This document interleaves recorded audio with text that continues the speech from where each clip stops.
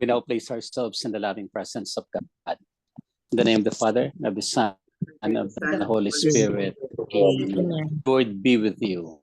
And with your spirit. Come, Holy Spirit, fill the heart of your faithful, and enkindle in them the fire of your divine love.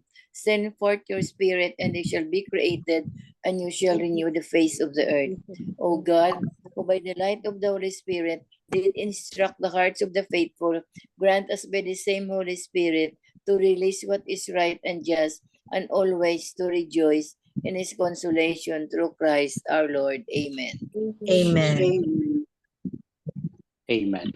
Reading from the Holy Gospel according to St. Luke. Glory to you, O Lord. Glory to you, O Lord. Each year, Jesus' parents went to Jerusalem for the feast of the Passover. And when he was 12 years old, they went up according to festival custom. After they had completed its days as they were returning, the boy Jesus remained behind in Jerusalem, but his parents did not know it. Thinking that he was in the caravan, they journeyed for a day and looked for him among their relatives and acquaintances. But not finding him, they returned to Jerusalem to look for him. After 3 days, they found him in the temple, sitting in the midst of the teachers, listening to them and asking them questions. And all who heard him were astounded at his understanding and his answers. When his parents saw him, they were astonished, and his mother said to him, "Son, why have you done this to us? Your father and I have been looking for you with great anxiety." And he said to them, "Why were you looking for me? Did you not know that I must be in my father's house?" But they did not understand what he said to them. He went down with them and came to Nazareth and was obedient to them. And his mother kept all these things in her heart. The Gospel of the Lord. Praise to you, O Lord Jesus Christ. Christ. The Lord be with you. Good afternoon, good morning, and good evening. Good evening, Father. Today we are celebrating the memorial of Our Lady of the Immaculate Conception. That's the day after the Feast of the Sacred Heart. And so we honor as well the heart of Mary. In fact, in the Gospel reading, it says that Mary kept all these things in her heart. What happened to them in their presentation at the temple. But of course, along the years that they continued the tradition of going to Jerusalem. But this time, Jesus was about 12, and he left himself in Jerusalem for their parents to go home. But you see the beauty of and the longing, for example, of parents when they do not see their children with them. But of course, they thought that he is with relatives, he is with friends. That's why they went home along the way. But then they realized that Jesus is not with them. So the hard way of looking for him, asking him wherever, and he found him in the temple. So that in the temple, he was listening to the elders of the church. Mary's first question of what is this, son? Why have you done this to us? Your father and I had been looking for you with great anxiety. And he said to them, why were you looking for me? Did you not know that I must be in my father's house? So the longing of parents of looking for Jesus. And Jesus answered seemingly is not in their questions. Why were you looking for me? Did you not know that I have to be in my father's house? Jesus' heart is with the Father. Jesus' life is with the Father. He is in connectivity with the Father. That's why he is staying there. He is longing for the Father in heaven. But of course, along the way, Jesus came home obedient to Mary and Joseph, where he stayed there until his 30 years. Here, Mary contemplated all that she had to know in reading, listening, and observing, and she grew in faith, increased in merits, and was more illuminated by the wisdom and more consumed by the fire of charity. This is the beauty of the Blessed Mother. She had kept all these things in her heart, but growing up, she has steered these things in her heart but she desired to do well for others. She has stayed all these things in her heart, but she wanted that Jesus would be known by others. And so, in fact, the Immaculate Heart of Mary is the heart that loves, is the heart, sabi natin, seconded to Jesus in loving us, in dealing with us, because she knows where we are and she knows where we stand for. And so her love for us is an enormous love, a love that has given, a love that has shared, a love that was always at the end of the horizon, where the love of Mary is very important. We imitate her love so that we will love Jesus, and loving Jesus, we love the Father. We imitate the heart of Mary so that in loving her, we may acclaim to what Jesus is, to where Jesus is, and to the Father himself, and then to the Holy Spirit. The love of Mary is Trinitarian in its perspective, and so we come to adore the Holy Trinity. And so Mary in us, and all the things that we are doing, if we have Mary, then we are saved. If we have Mary, according to our founder, Father Hannibal Maria de Francia, we are saved because she gives us Jesus. Because Jesus is given to us every day. We are in devotion to our Blessed Mother. And so we ask ourselves, where do we find ourselves today? Hopefully we love all the more the Blessed Mother, and loving her, we love Jesus, we love the Father, and we love the Spirit. Amen. Amen. Lord Jesus Christ, Lord Jesus Christ, thank you for giving us your mother. thank you for giving us your mother. She did not complain, She did not complain, but kept all in her heart. but but he kept all in her heart. And so her heart grows And so her heart grows to the utmost charity of life. to the utmost charity of life. We want to be here like Jesus. We want to be like Jesus. And loving her, we will love Jesus. And loving her, we will love Jesus. We love the Father as well, We love the Father as well, and the Holy Spirit. and the Holy Spirit. Teach us, O Lord, Teach us, O Lord, that we may have heart like Mary, that we may have heart like Mary, and so love you more and more and so love you more and more in our daily lives. in our daily lives. Amen. Amen. Hail Mary, full of grace, the Lord is with you. Blessed are you among women, and blessed is the fruit of thy womb, Jesus. Holy Mary, Mother of God, pray for us sinners, now and Amen. Angel of God, my my guardian, guardian dear, to whom God's to whom love God's love leads me here, by ever this this night day, at be my at my side, light and guard, light and guard, guide me. Amen. Saint Hannibal, pray Pray for for us. Saint Anthony, Pray Pray For us, Saint Joseph, Pray for us, send, O Lord. Holy Holy apostles Apostles into your your church, church, The Lord be with you. and with and you. with your spirit. May Almighty God bless you, the Father, Son, and Holy Father, Spirit. Son, and Amen. Holy Spirit. Amen. Amen. Good afternoon, Thank good you. evening, and Good good evening, morning. Father. Thank you very much. Welcome. Good evening, Father.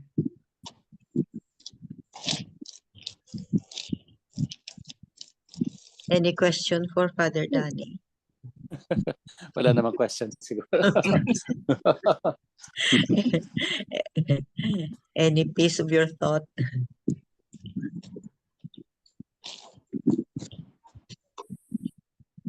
We are mothers here. We are mothers here. No, most of us are mothers, no, except of course for Tito Manny. We could relate ba sa the feeling of our Blessed Mother, no, nung nawala si Jesus, no? Yes. nung nawala si Jesus for 3 days, no?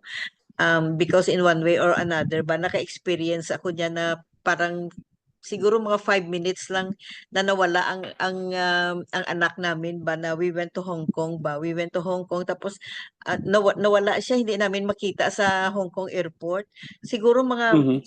mga 10 minutes, na hindi namin after na nakita namin, nandoon pala ang bata sa 5 years old. He was only 5 years old.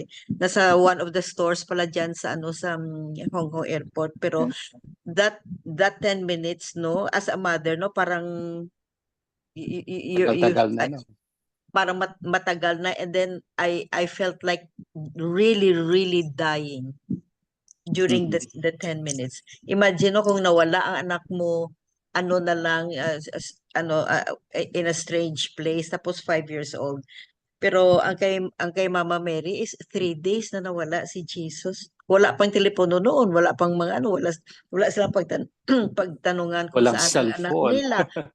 Walang cellphone. So we could imagine, no? We could imagine kung ano ang feeling ni Mama Mary during that time.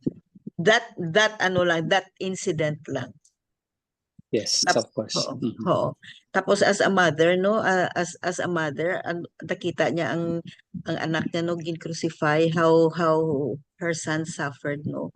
And then everything, no, she kept to herself, no, and accept the everything that was going on in her life, no. She accepted everything.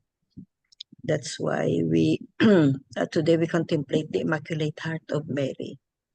Full of love talaga. So Yes. yun, let our hearts be like Mama Mary, no?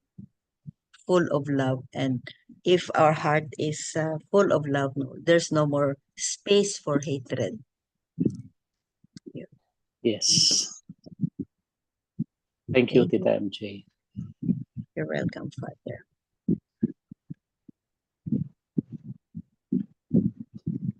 So, okay na. We will love all the more the Blessed Mother and love all the most Jesus in our life, and the Amen. Father and the Holy Spirit, so that it will be a Trinitarian love for them from the Blessed Mother. Amen. The Lord be Amen. with you. And And with with yours, your spirit. Spirit. The Almighty God bless us, the Father and the Son and the Father, Holy and the Son, Spirit. and the Holy Spirit. Amen. Amen. Amen. Thank you po. Thank you very much, Father. Sister. Thank you very Bye-bye. much, Sister. Sister Roma, thank you. Tita Linda, bye-bye po. Bye. Thank you, Father. Take care. Welcome po. Good night, Father. Good night, good night. Sister Mary Pick. Yeah, welcome. Jensen. Welcome, Sister Elena. Thank you. Thank you, Ate. Mama Mary, Tita. Yeah, Yes. please go ahead. Yes, Tita. I really thank and praise God for giving us a mother. Kasi really, I consider that Mama Mary is guiding us always, especially in the decision that we are making. So when I try to recall back, no, kung saan talaga nagsimula yung bukasyon ko, it was in the day of Mary. It was in the day of Mary, August 15. Kasi during the procession, Assumption. During that session, I tried my best. And after the Mass, I asked Mama Mary, sabi ko, Mama Mary, saan ba ako papunta? Sabi ko sa kanya, please guide me kung where should I go. Sabi ko, lead me. Ganun ako sa kanya, no? The Immaculate Heart of Mary. Totoo talaga yun, Tita, that really Mama Mary will answer. Kasi after the Mass, my friend will go also to the monastery. Ano po siya? Papasok siya ng klausura. And then I accompanied her to her confessor. And then suddenly, I just say, me too, I want to become a nun. Imagine at that moment. Really, I consider that it is Mama Mary who is guiding me at that time kasi I asked her. No, I did not let my friend go to her confession alone. I wait. And then that when I meet the confessor, I also confess to him publicly because I said, Father, I want also to become a nun. That is really the start of my vocation, Tita. No, I just say I want also to become a nun. From that time on, I did not have peace. Hindi ako nagkaroon ng peace. Something troubled me. That really, it's a call. No? From August, September, October, November, hanggang 5 months of discerning. Imagine, 5 months of discerning. 5 months. December, opo, nag-resign po ako sa work ko. I resigned. After I got my bonus, I did not get it personally. I just asked somebody to get it. No? Pero after I got my bonus, I resigned. Then I went to the convent. Nagtaka nga sila, bakit December ka papasok? Sabi ko, I don't know. Ito yung gusto ko na napapasok ako. Ayun, December talaga po, tita. So 5 months. After that, no, when I entered the convent, I feel serenity, peace.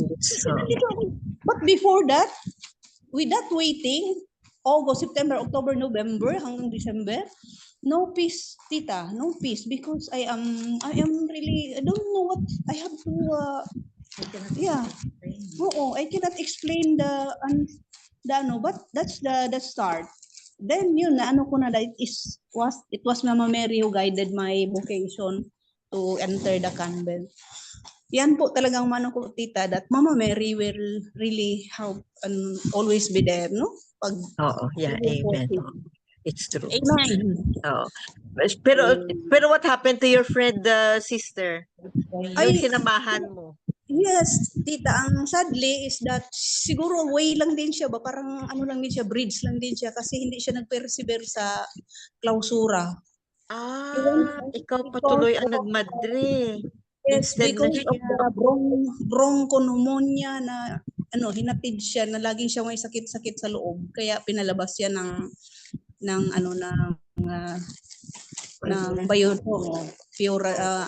superior nila kaya pinauwi siya sa kanila. Yun, sabi ko, guide lang din siya siguro sa akin. Oo. Sinamahan mo lang siya. Sinamahan mo lang siya and then in the long end, ikaw pang nagmadre tapos siya wala. So nagiging bridge siya without knowing, no? Silang po siguro yung bridge ko na orchestrated by God ang tawag dyan. Orchestrated. Very nice. Thank you, sister. Thank you, tita. Thank you po for your prayer, tita. I believe. Always.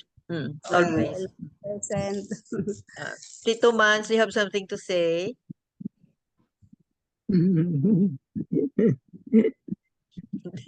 Kahit na hindi ka mother.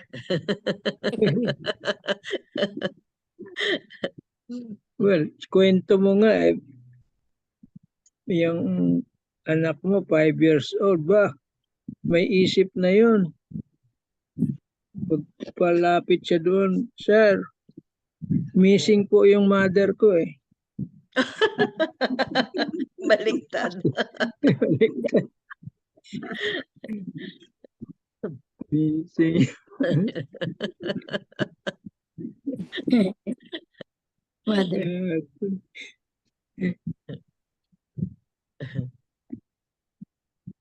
Agony talaga. Makidnap ka lang, biro mo, kidnap yung anak mo. Talagang sa Hong Kong pa, no? Society. Oo. Yun eh. Ganun hindi lalo na kay Jesus.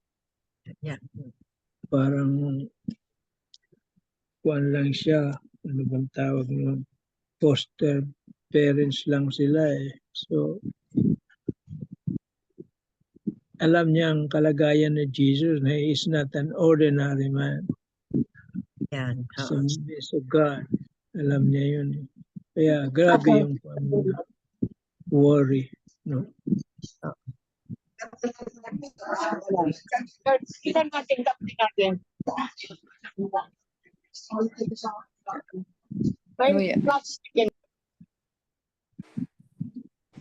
Pero bata, si Jesus 12 years old. Sa kuan kasi, yung mga Hudyo, yung mga bata doon, hasa na yan sa Bible, sa scriptures. 12 years old, hasang-hasa na yan mga yan, tinuturuan kasi sila. Kaya 12 years old pa lang, nakikipag-debate na siya o nakikipag-chat na doon sa mga Scribes and tatandang Pharisees. tayo. Yun, mga Bible scholars na yun, masabi natin. Pero matitindi yung mga tanong niya at sagot.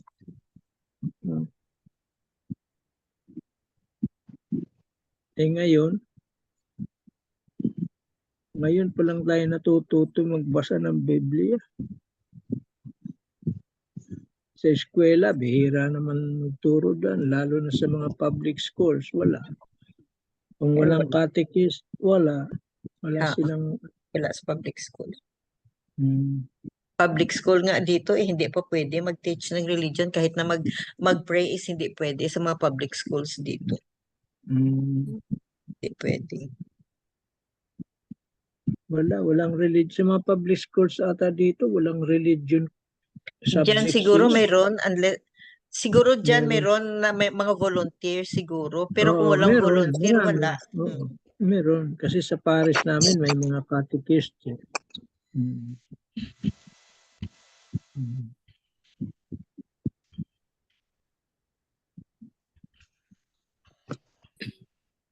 Okay. Thank you, Tito Manny. Do you have something, Tita Helen? Yeah, I've heard kanina sa mass na pinan-online ng girl ko that our heart, in the word heart, there is the 3 letters, a short word, which is ear in the word heart.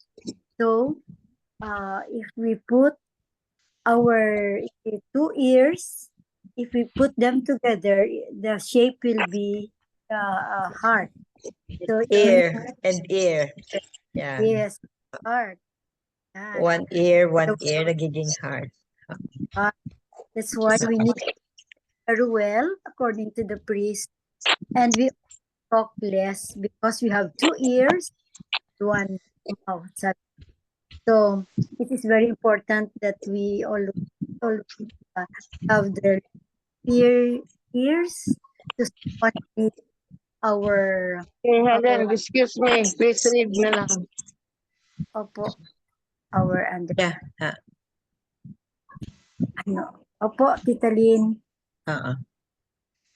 Yeah. Thank you, Tita Helen. Yeah.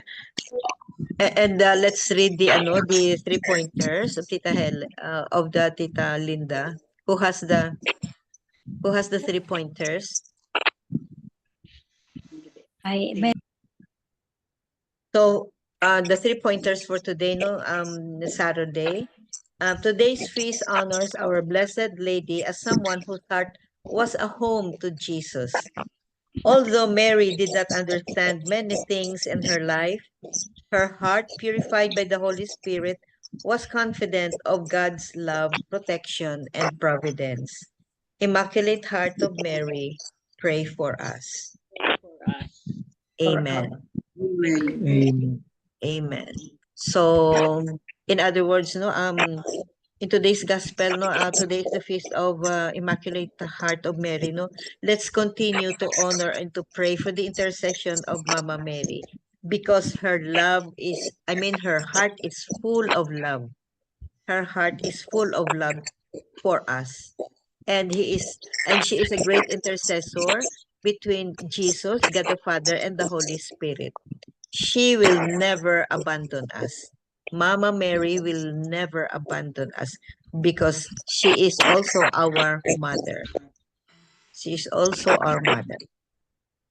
Amen. Amen. Thank you very much. And I think that that ends our Zoom meeting for today. And let's do the closing prayer. Miguel Belen. Yes. Lord God, we ask your guidance and protection in our daily work and activities. help us in leading our family how to love and be faithful to you at all times. Through the intercession of the Blessed Virgin Mary, Mother of God. We ask this through Jesus Christ our Lord. Amen. Amen. Amen. And all together, please, glory be to the Glory Father, be to the to the Father, Son, to to the Holy Spirit, as it It was was in the in the beginning, beginning, is now, and ever shall be, be world world without without end. Amen. Amen. In the name of the Father, In the the Son, and the Father, Holy the Son, Spirit. the Holy Spirit. Spirit. Amen. Thank you Amen. all. Thank you very much. Thank Love you you, guys. Thank sister. you. Once again, Mm. welcome. Once again, welcome Tita Thank you, Rona, sister. Sister Bye, Maribel. sister. Thank you for Bye-bye. joining. po. Bye-bye. Love you, Tito Manny. Thank you.